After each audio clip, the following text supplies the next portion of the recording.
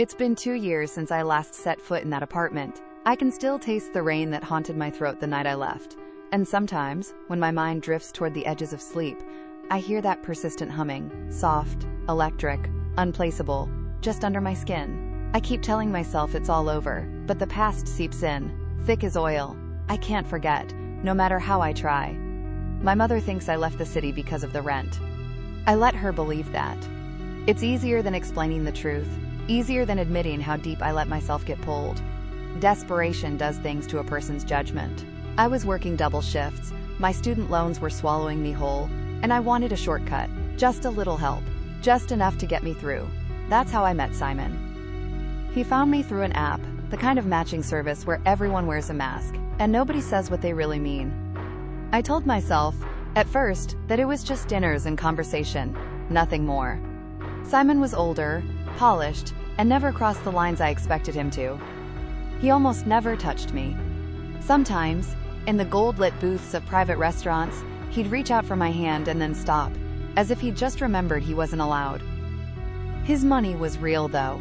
Crisp bills in an envelope, always with the same unspoken understanding. I would listen, I would laugh, I would let him talk. He never asked for anything physical. Not at first. But eventually, the favors began. Small things, at first, so subtle I didn't even clock how far off the path I'd wandered. The first time was on a Tuesday. He asked if I could pick up a package from a locksmith's shop on the far side of town. Bright, antiseptic, all chrome and glass. The street was slick with recent rain, the kind of weather that makes you feel watched, exposed. The box was heavy, locked shut, no markings. He never opened it in front of me. I remember staring at the thing, the way he set it on his lap, fingertips resting on the corners with a kind of reverence. I asked what was inside. He smiled thinly and said, "Some things are safer left unknown." At some point I started dreading his texts. My chest would clench at that familiar chime. He was always polite. Almost too polite, carefully measured words. "Could you do me a small kindness and water my plants? Would you mind returning a library book for me? Would you spend the night in my apartment while I'm away?" Each favor more peculiar than the last. The apartment was his, but I never saw him live there. It was on the 10th floor, in a building with long, echoing hallways and a broken intercom. The smell of varnish clung to the walls, too sharp, a chemical tang that seemed stronger every time I visited. One evening, he handed me a key from his wallet, still warm, pressing it into my palm with a strange intensity. "Stay the night this Friday," he said. "You'll be safe here. I promise." I needed the money. I always needed the money. I arrived just before dusk, the city blurring beneath me, clouds drooping low and swollen with rain. The apartment felt hollow, like something waiting to be filled. I set my bag down, flicked on the lights. Every surface gleamed, but it was the wrong kind of clean, like someone had erased all signs of living, then scrubbed away the memory of it too. Sometimes, I think I heard things moving behind the walls. I told myself it was the pipes, the elevator, the bones of an old building settling. I walked the rooms, touching the backs of chairs, the edges of the sink, the cold, perfect pillows. There were no family photos, no signs of life. But there was a locked door at the end of the hallway. A closet, maybe, or a utility room. I tried the handle, but it wouldn't budge. I went to bed early, curling beneath the unfamiliar sheets. The storm outside pressed itself against the windows, rattling the glass in short, angry bursts. Somewhere in the building, metal scraped on metal. I hugged my knees to my chest and tried to silence the restless part of my brain. Then I heard it, the hum. Low, indecipherable, almost like a voice, but not quite. It vibrated through the mattress, up into my bones. I held my breath, listening. It wasn't coming from the street, or the vents.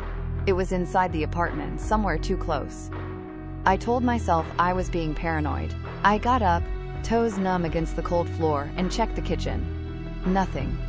The bathroom. Nothing. But the locked door at the end of the hall was humming, faint and steady, pulsing with its own heartbeat. I pressed my ear to the wood. Something shifted on the other side. The hum grew sharper, more insistent, as though it recognized me. I stumbled back, heart hammering. I thought about calling Simon, But what would I say? There's a noise in your closet? I'm scared of a locked door? I barely slept. Each time my eyes drifted shut, I dreamt I was inside that locked room, the hum wrapping itself around me, filling my mouth, my ears, leaking down my throat. I would wake with my fingers pressed hard to my lips, convinced I'd screamed. Morning came, pale and trembling. I gathered my things and left as fast as I could, making excuses through text. Simon thanked me, as always, and slipped another envelope into my hand the next time we met. I took it. I always took it. The next favor he asked was stranger. He wanted me to bring him a photograph of myself as a child. Just for a little project, he said, smiling, eyes carefully blank. I like to know the people I trust. My spine prickled. I lied and said I'd lost them all in a flood. He looked disappointed, but he didn't push. After that, the request turned sharper, more pointed. Would you sit in the apartment again? The same night. Yes, the 10th of the month. Would you leave the window open just a crack, even if it's cold? Would you pour a glass of water and place it by the locked door? Each time, I'd find a new envelope, fatter than before. I started to notice things. My clothes would be rearranged when I returned to the apartment. The glass I'd left by the locked door would be empty, the rims smudged with a fingerprint too large to be mine. Once, I found a small, wet feather beneath my pillow. I swallowed my fear and tried to be rational. I needed the money. One night, I arrived to find the lock on the secret door broken, splinters scattered on the floor. I should have left. I should have walked out and never looked back. But hunger, for money or answers, is a powerful thing. I pushed the door open and stepped inside. The room was dark, airless, walls lined with thick, black fabric. In the center sat a chair, old and wooden, grooves worn deep into the arms. The hum was louder here, shaking the floorboards. I reached for the light, but it sputtered and died, plunging everything into a heavy blue shadow. Something moved in the corner, a shape too tall, too thin. I couldn't see its face. I ran. I tripped over the threshold, tearing my skin on the broken wood, and didn't stop until I hit the street, gasping in the rain. When I looked back, the building's windows stared blankly, empty and dark. Simon never contacted me again, his number disconnected. The apartment dissolved into rumor. A new lock, a new tenant. No trace of him left behind. I tried to find him, tracing his name through digital footprints, but it was as if he'd never existed. Sometimes, late at night, I hear that strange hum again, curling in the corners of my room. I check the walls, I check the closet. There's nothing there. But I know what I heard, I know what I saw, and I know that some favors come with a cost you can never repay.